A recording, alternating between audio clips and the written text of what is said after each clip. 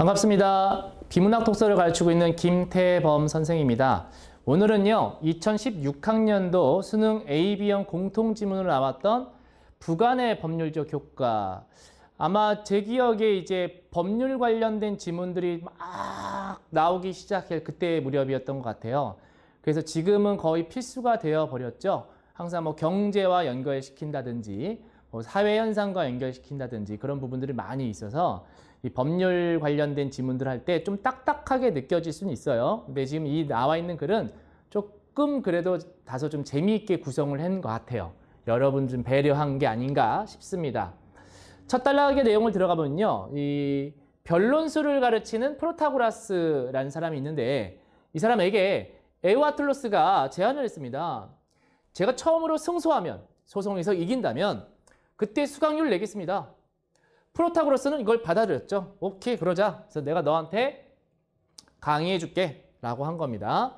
근데 에우아틀로스는 모든 과정을 다 수강했어요. 그렇죠? 모든 커리큘럼을 다 배웠어요. 근데 소송을 할 기미를 보이지 않았고, 그럼 소송을 걸지 않으면 이기질 못하고, 이기질 않으면 수강료를 안 내잖아요. 그치? 그러자 이제 프로타고라스가 에우아틀로스 상대로 소송을 걸었어요. 이때 프로타고라스는 주장했습니다. 내가 이 재판에서 이기면 판결에 따라 나는 수강료를 받게 되고, 만약에 내가 지게 된다면 자네는 계약에 따라, 자, 계약이 뭐였어요?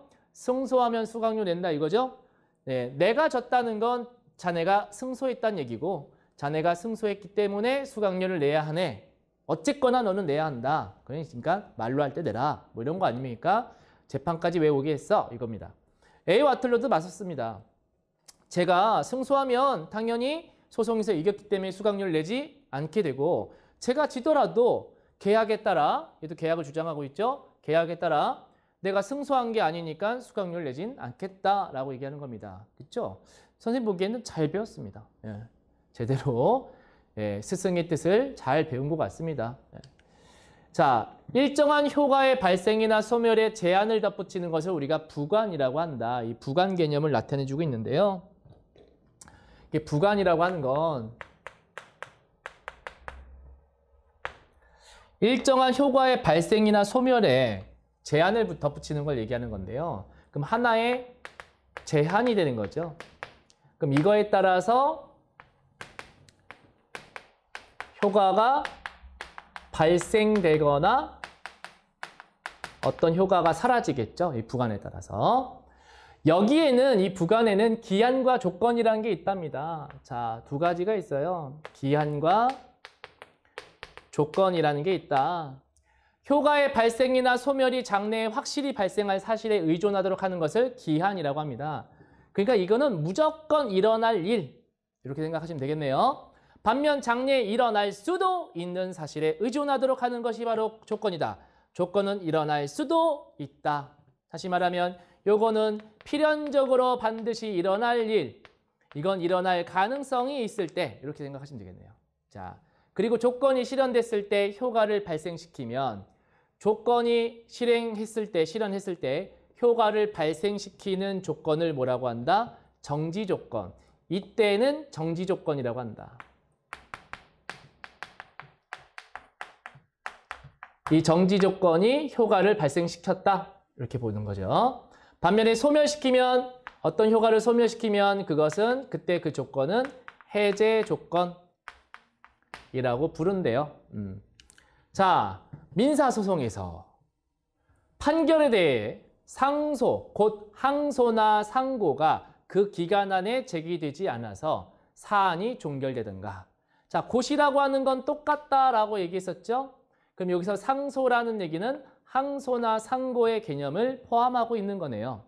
됐죠? 다시 말하면 판결에 대해서 상소, 항소, 상고가 그 기간 안에 제기되지 않아서 그 사안이 종결되든가, 그렇죠? 라는 거는 이의 신청을 하지 않았기 때문에 거기서 종결되든가, 그 사안에 대해 대법원에서 최종 판결이 선고되든가 하면, 그렇죠? 대법원에서 최종적으로 이렇게 판결을 내리면, 그러면 이제 더 이상 그 일을 다툴 길이 없어지게 돼요. 그렇죠?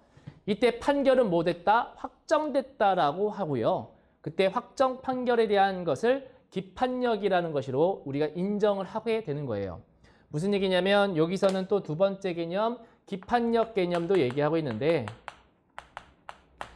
기판력은 이미 판결이 났으니 거기에 힘을 실어준 겁니다. 그래서 기판력이라는 것을 인정했다라는 것은 판결이 확정됐다 라는 말과 같다라고 생각을 하시면 되겠습니다. 그러니까 이미 판결이 끝난 사건, 더 이상의 상소나 항고나 항소가 없는 상태, 이의 신청이 더 이상 없고 대법원 판결이 최종적으로 났거나 더 이상 이의 신청이 없다면 이 판결 확정된 거고, 그때 우리는 기판력을 인정해 주는 겁니다. 기판력이 있는 판결에 대해서는, 즉 확정된 판결이죠. 확정된 판결에서는 더 이상 같은 사안으로 소송에서 다툴 수가 없습니다. 왜냐하면 그렇지 않으면 계속 소송 걸고 또 재판에 또 이어지지 않겠어요? 예를 들어서 계약서를 제시하지 못해 매매 사실을 입증하지 못하고 물건이든 뭐든지 부동산이든 동산이든 매매를 했는데 계약서가 없어진 거예요. 그렇죠? 그래서 팔고 산 증거가 없어진 거죠. 그래서 패소했어. 예, 졌습니다. 그럼 판결이 확정됐죠? 예, 그럼 기판력이 발생했죠? 이후에 계약서를 발견하더라도, 자, 잃어버렸던 계약서를 다시 찾았어. 하지만 이 사안에서 대해서는 다시 소송하지 못합니다.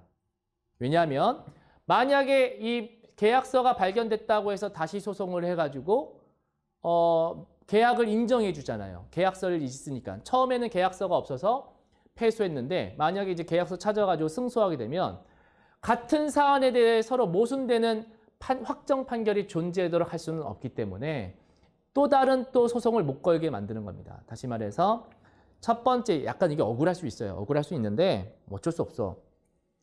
결과적으로는 이 하나의 사안에 대해서 서로 반대되는 판결, 이것을 내릴 수가 없기 때문에 그래서 일단 판결 자체를 내릴 때 심사숙고하게 되고요.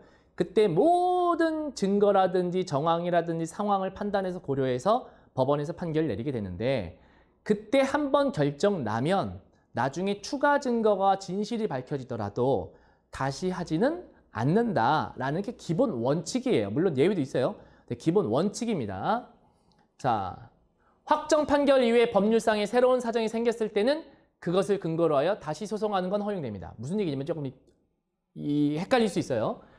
판결 났어. 확정됐어요. 기판력 생겼죠. 근데 법률상에 새로운 사정이 생겼어요. 새로운 증거가 아니라 새로운 사정이 생겼습니다. 그때는 다시 소송 거는 것이 허용돼요. 무슨 얘기냐? 이 경우에는 전과 다른 사안의 소송이라고 하여, 즉 확정 판결 난 소송과 새로운 사정이 생기고 난 다음에 소송은 다른 소송으로 보는 거예요. 그래서 이전 판결의 기판력이 미치지 않는다고 보는 겁니다. 예를 들어서 위에서 예를 들었던 그 계약서는 판결 이전에 작성된 것이어서 그 발견이 새로운 사정이라고 인정되어지지는 않습니다. 됐어요? 그러니까 판결이 났어? 근데 계약서는 그때 제시하지 못했죠. 그래서 패소했잖아요. 하지만 계약서는 판결 이전에 작성된 거잖아. 그러니까 이것은 이 재판과 관련된, 판결과 관련된 증거고 나중에 발견됐을 뿐이지 이미 판결이 났기 때문에 영향을 미치지 못해요. 그러니까 얘는 새로운 사정이 아니야. 그러나 임대인, 빌려준 사람이 임차인, 빌린 사람에게 집을 비워달라고 하는 소송에서, 됐습니까? 집주인이 세입자에게 집 좀 비워줘, 이제 나가쇼 라는 소송에서 임대차 기간이 남아있다는 이유로 임대인이 패소한 판결, 다시 임대차 기간, 집을 빌리고 빌려주는 기간이 아직 남아있으니 임대인, 집주인이 패소했어요. 됐어요? 그런 판결이 확정된 후 시일이 흘러서 계약 기간이 만료됐어. 다시 말하면 임대차 기간이 다 끝난 거야. 그러면 임대인은 집을 비워달라는 소송을 다시 할 수 있어요.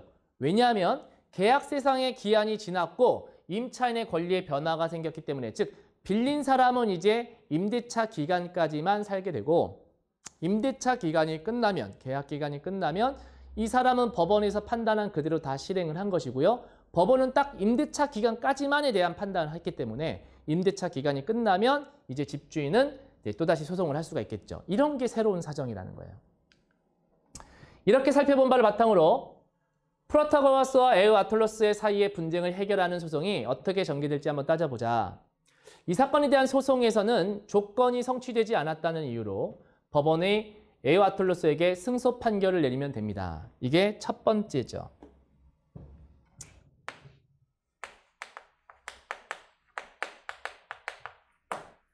첫 번째 소송에서는요. 됐죠? 첫 번째 소송에서는 일단 계약서를 따르면은 지금 뭐 에오아툴로스가 소송을 건 적도 없고 그래서 승소한 적도 없고 그러니까 계약서대로 보면 승소하지 않은 상태이기 때문에 그러니까 수강료를 내지 않아도 되는 거죠. 다시 말하면 첫 번째 소송에서는 에오아툴로스가 승소하게 되는 거고 프로타고라스가 패소하게 된 거죠. 이유는 계약서에 따라서 보자면. 됐죠? 이렇게 한 다음에 근데 이 판결은 확정됐겠죠? 기판력 생겼겠죠? 프로타고라스는 다시 소송을 할 수 있습니다. 왜냐하면 조건이 실현됐기 때문이죠. 이때 이 조건이라고 하는 것은 그래서 일어날 수 있는 가능성, 다시 말하면 이렇게 볼까요? 이 문장이었죠. 내가 승소하면 수강료를 내겠다. 여기서 나라고 하는 것은 에오아툴로스고요. 누구에게? 프로타고라스에게. 이런 계약이었잖아요. 네, 이런 계약. 자, 이때 내가 승소하면이라는 건 반드시 언젠가 일어날 일이냐 아니면 일어날 수도 있는 일이냐라고 한다면 이건 조건이죠. 조건. 일어날 수도 있는 거니까 계속 패소할 수도 있잖아요. 또는 소송 한 번도 안 걸 수도 있고. 그렇기 때문에 반드시 일어난 일은 일은 아니니까 기한이 아니라 조건으로 봐야 되는 거고요. 그때 수강료를 내겠다라고 하는 것은 이제 효과가 되는 거겠지. 됐죠? 그래서 부관 중에서도 얘는 조건에 해당되는 거겠죠. 이 조건이 충족되면 이런 효과가 발생하겠죠. 자, 어쨌든 첫 번째 소송에서는요. 에오아툴로스가 승소했고요. 수강료를 내겠다라는 것이 이제 실제로 이루어지진 않았죠. 효과가 발생하지 않았기 때문에 해제 조건이 먼저 되는 거고요. 자, 두 번째, 확정 판결 이후의 두 번째 소송에서는요. 이 두 번째 소송에는 결국 P가 승소하게 됩니다. 그리고 이때부터는 에오아툴로스가 다시 수강료에 관한 소송을 할 만한 사유가 없게 되고요. 결국 이 분쟁은 두 차례 판결을 거쳐서 해결할 수 있대요. 무슨 얘기냐면 여기 보시면 두 번째 판결인 경우에 두 번째 소송인 경우에 이때는 이제 새로운 사정이 발생했다라고 보는 거죠. 왜냐하면 첫 번째 소송으로 인해서 에오아툴로스가 승소를 해버렸잖아요. 승소를 해버렸기 때문에 결국은 이제 뭐 해야 돼요? 조건 충족이 된 거예요. 조건 충족이 되니까 수강료를 내야 되는 상황이 되겠죠. 그러면 수강료를 내게 된다는 것은 어떤 효과가 발생한 거니까 이때의 조건은 정지 조건이 되는 거겠죠. 따라서 두 번째 소송에서는요. 에오아툴로스는 패소할 겁니다. 수강료 내야 돼요. 왜냐하면 첫 번째 소송에서 승소했기 때문에. 그리고 프로타고라스는 계약 조건에 따라서 얘가 승소했고 그래서 법원은 당연히 수강료를 받으시오라고 얘기하게 될 겁니다. 이러면서 문제가 해결된다는 거지요. 그러니까 수강료는 꼭 내자 뭐 이런 얘기인 것 같아요. 자, 문제를 좀 살펴보면요. 윗글을 이해한 내용으로 적절하지 않은 것은 이제 번호가 두 개인 것은 이제 A, B형이었을 때여서 그래요. A형일 때 27번, B형일 때 25번. 자, 적절하지 않은 것은 1번. 승소하면 그때 수강료를 내겠다라고 했을 때 승소는 수강료 지급의 의무에 대한 기한이다라고 나왔는데 아까 얘기했던 것처럼 기한이라는 건 반드시 일어날 일인데 승소하면이라는 말은 반드시 일어날 일은 아닌 거죠. 일어날 수도 있는 가능성이니까 조건으로 가는 거죠. 따라서 기한이 아니라 됐어요? 조건입니다. 조건. 본문에서도 계속 조건이 일어나고요. 그래서 1번이 정답입니다. 기한과 조건은 모두 계약성의 효과를 장래 사실에 의존하도록 한다는 점이 공통된다. 그래서 장래 사실에 의존하죠. 장래에 반드시 일어날 일, 일어날 수도 있는 일에 의존하는 겁니다. 계약의 해제 조건을 덧붙인다면 그 조건이 실현되었을 때 계약성 유지되고 있는 효과를 소멸시킬 수 있다. 해제 조건은 효과를 소멸시킬 수 있다. 해제 조건은 효과를 소멸시킬 수 있다. 이렇게 보는 겁니다. 4번. 판결이 선고되고 나서 상소기간이 다 지나가도록 상소가 이루어지지 않는다면, 그래서 더 이상의 이의 신청이 없다면 그것은 이제 확정 판결된 거고, 확정 판결된 것은 기판력이 인정된 거로 봐서 기판력이 생긴다라고 보시면 되겠습니다. 5번, 기판력에는 법원이 판결로 확정한 사안에 대하여 이후에 법원 스스로 첫 번째 판결과 모순된 두 번째 판결을 내릴 수 없다는 전제가 깔려 있다. 그렇죠? 예. 근데 이제 이 같은 경우에는 첫 번째 판결과 두 번째 판결은 서로 다른 판결이로 보는 거죠. 요거는 계약이 조건이 성립이 안 된 상태에서 소송이고, 이거는 계약 조건이 성립이 된, 즉 에우 아틀롯의 승소가 성립이 된 다음에 일어난 소송이기 때문에 서로 다른 기판력과 다른 소송으로 보고 있는 겁니다. 하나에 대해서는 모순된 판결을 낼 수는 없습니다. 그래서 기판력이라든지 확정 판결 이런 어휘를 쓰는 겁니다.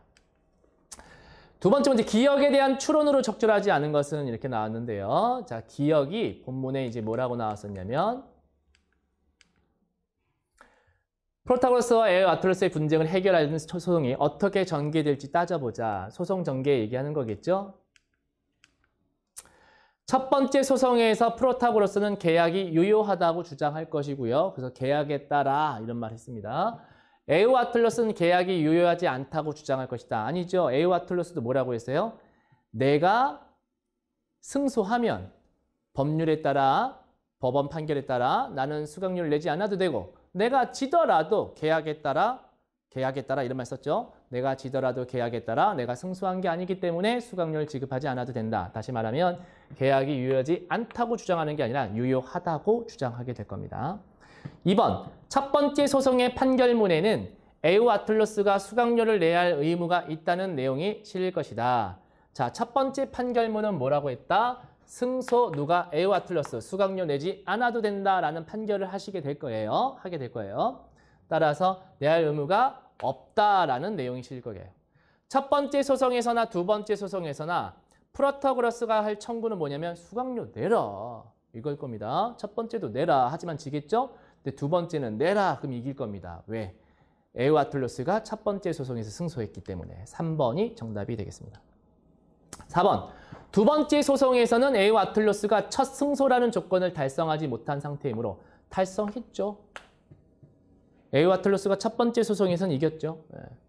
그래서 P는 수강료를 받을 수 있을 것이다. 두 번째 소송에서는 받을 수 있죠. 그래서 자, 5번, 첫 번째와 두 번째 소송의 판결은 프로타고라스와 에우 아틀로스 사이의 승패가 상반될 것이므로 두 판결 가운데 하나는 무효일 것이다. 아니죠. 두 판결 모두 무효가 아니라 유효한 겁니다. 그렇죠? 왜냐하면 첫 번째 소송과 두 번째 소송은 별개의 소송으로 보고 있는 게 법원의 판단이고, 그래서 각각의 기판력이 인정받게 되는 겁니다. 확정 판결되는 것이고요.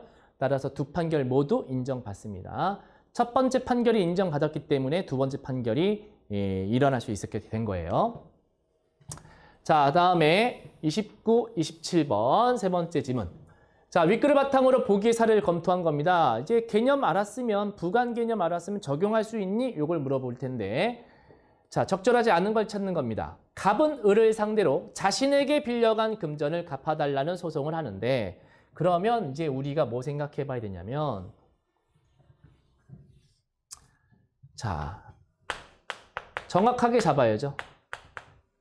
됐죠? 갑은 을을 상대로 자신에게 빌려간 금전을 갚아달래요. 그렇죠? 예, 빌려준 사람이죠. 그리고 돈을 빌린 을이죠. 그래서 돈 좀 갚어. 내가 너한테 빌려주니까 돈 갚어. 라는 소송을 하는데 계약서와 같은 증거자는 제출하지 못했어요. 계약서가 없죠. 그럼 돈을 빌려줬다라는 증거가 없는 거죠. 그 결과 가 또는 나의 경우가 생겼다라고 하자. 그럼 가부터 보면 갑은 금전을 빌려줬던 증거를 제시하지 못하여 패소했고요. 이 판결은 확정됐습니다. 결국은 이렇게 소송 걸었는데 첫 번째 소송에서는 갑의 패소, 을의 승소. 그래서 증거가 없기 때문에 결국은 갑은 빌려줄 수 없는, 빌린 돈을 돌려받지 못하는 상황이 돼버리겠죠. 그리고 확정됐으니까 새로운 사정이 생기지 않는 이상은 요건 그대로 유지가 될 겁니다. 자, 1번과 2번 선지가 가와 관련된 것이기 때문에 먼저 좀 볼게요. 자, 1번 가의 경우 갑은 더 이상 상급법원에 상소하여 다툴 수 있는 방법이 남아있지 않다. 왜? 첫 번째 소송에서 이미 패소했고 확정 판결되었다라고 했으니까 기판력이 생겨버렸어요. 그러니까 더 이상 이 소송 갖고 얘기 왈가왈부할 수가 없어. 2번 가의 경우 갑은 빌려준 금전에 대한 계약서를 발견하더라도 그래서 계약서가 나중에 발견됐어요. 그것을 근거로 하여 금전을 갚아달라고 소송하는 것은 허용되지 않는다. 왜냐하면 계약서는 판결 나기 전에 작성된 것이고 그것은 새로운 사정으로 인정받지 못한다고 본문이 나왔었잖아요. 그래서 여기도 마찬가지로 계약서가 발견됐다 하더라도 이때 판결되기 전에 이미 작성된 계약서라서 새로운 사정이라고 보진 않습니다. 따라서 2번도 적절하다. 나를 볼게요. 법원은 을이 금전을 빌렸다는 사실을 인정하면서도 갚기로 한 날은 2015년 11월 30일이라고 인정하여 아직 그날이 되지 않았다는 이유로 갑에게 패소 판결을 내렸다. 이 판결은 확정되었다라고 했습니다. 자, 을이 돈 빌린 건 인정했지만 갚기로 한 날은 이렇게 보는 거예요. 두 번째 상황은 2015년 11월 30일. 이게 이제 가와 같은 상황이라고 한다면 나와 같은 상황은 얘가 인정은 한 거야.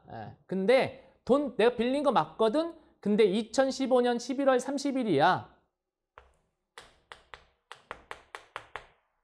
근데 아직 날짜 남았잖아. 그때까지만 갚으면 되잖아. 라고 한 거예요. 그래서 아직 11월 30일이 안 됐기 때문에 갑에게 뭐? 패소.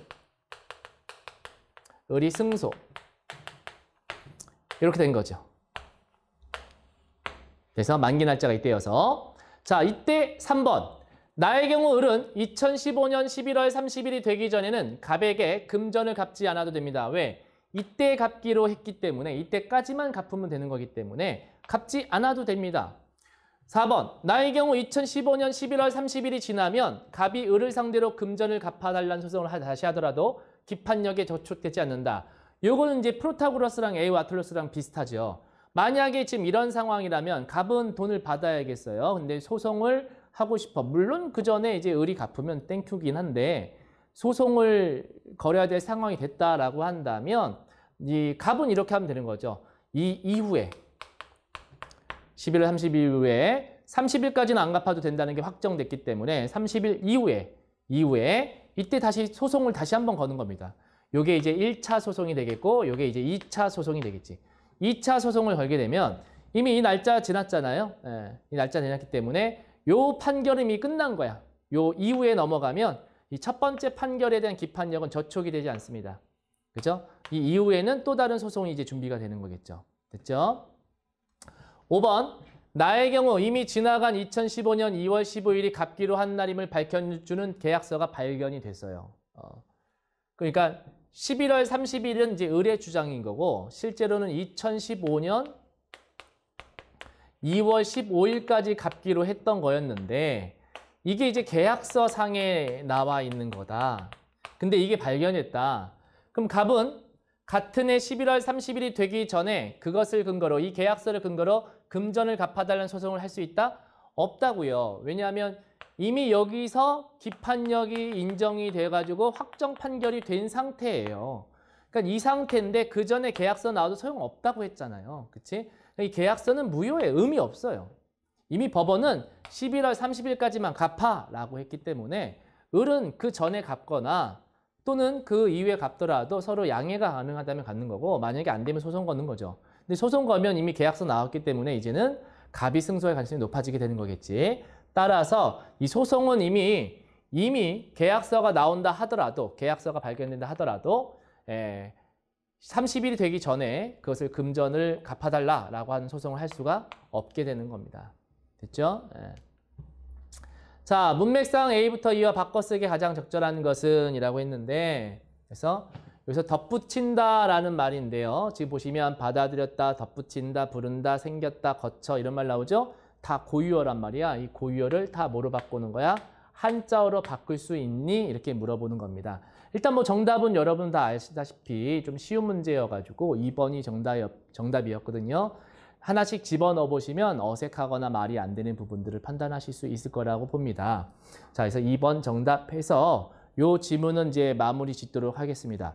일단 이 법률 지문 자체가 보통은 기본적으로 어떤 문제를 많이 내냐면 지금 보신 것처럼 갑과 을의 금전적 문제라든지 또는 임대인과 임차인의 어떤 부동산 거래 또는 뭐 에우아툴로스와 프로타고라스 스승과 제자 간의 어떤 그 소송 이런 것들처럼 사례를 많이 얘기해 주고요. 또 사례를 보기로 많이 내서 그 사례에 이 법률 조항을 집어넣어서 판단하는 문제를 많이 묻게 됩니다.